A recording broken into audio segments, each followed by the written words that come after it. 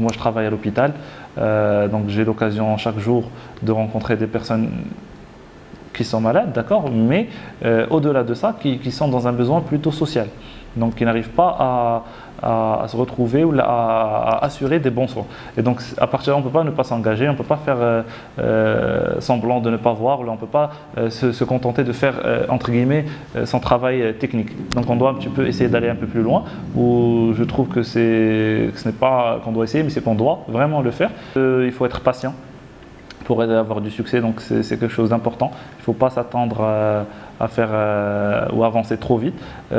Deuxièmement, donc, il faut allier trois choses. Donc, je pense la patience, c'est-à-dire la réactivité, la possibilité donc de savoir à quel moment on peut initier un projet, à quel moment il faut plutôt arrêter un autre et commencer le prochain ou faire deux en même temps, etc. Donc il faut être réactif, mais il faut aussi être capable de s'adapter. Donc l'adaptabilité, parfois là, tu vois quelque chose que tu aimerais réaliser dans tes conditions, mais c'est impossible. C'est impossible dans l'état. Donc il faut un petit peu juste faire des petits changements, améliorer quelques petits trucs, changer d'autres, et ça permet d'avoir le même résultat, mais voilà, il faut avoir cette capacité d'adapter ce qu'on apprend ou ce qu'on reçoit comme information.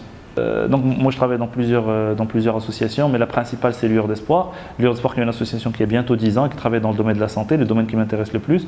Et les réalisations sont de telle sorte qu'on essaie un petit peu d'améliorer le pronostic ou le quotidien de santé des personnes qui ont beaucoup de mal à avoir cela. Donc on a commencé par faire des caravanes, de l'éducation sanitaire dans les villages, de l'aide aux patients pour les patients qui n'avaient pas de quoi payer leurs soins. Et on a continué à faire ça, mais on a aussi donc, essayé de développer de nouvelles thématiques. Donc on construit un centre pour l'accueil des personnes qui viennent de loin ou leur famille, avant leur hospitalisation et après leur hospitalisation. On a mis en place un hôpital mobile avec plusieurs véhicules, une échographie, un électrocardiogramme, ce genre de matériel pour améliorer un petit peu la qualité de prise en charge au niveau des caravanes dans les montagnes. Mais on lance aussi, donc, au niveau de l'éducation sanitaire, on continue sur les thématiques habituelles, drogue, tabac, MST, tout ça, mais on a aussi lancé cette année une large promotion pour le don d'organes. C'est important, c'est le moment de sensibiliser les Marocains à quelque chose qu'ils peuvent donner, donc c'est leurs organes, à leur mort, c'est quelque chose qu'ils ont, mais qui n'acceptent pas encore de le donner pour plusieurs raisons, et on essaie un petit peu de sensibiliser par rapport à ça, tant sur le côté juridique, médical, mais aussi le plus important dans notre contexte, c'est le côté religieux, et de voir aujourd'hui que c'est une association qui est présente dans 11 villes au Maroc et à Paris aussi.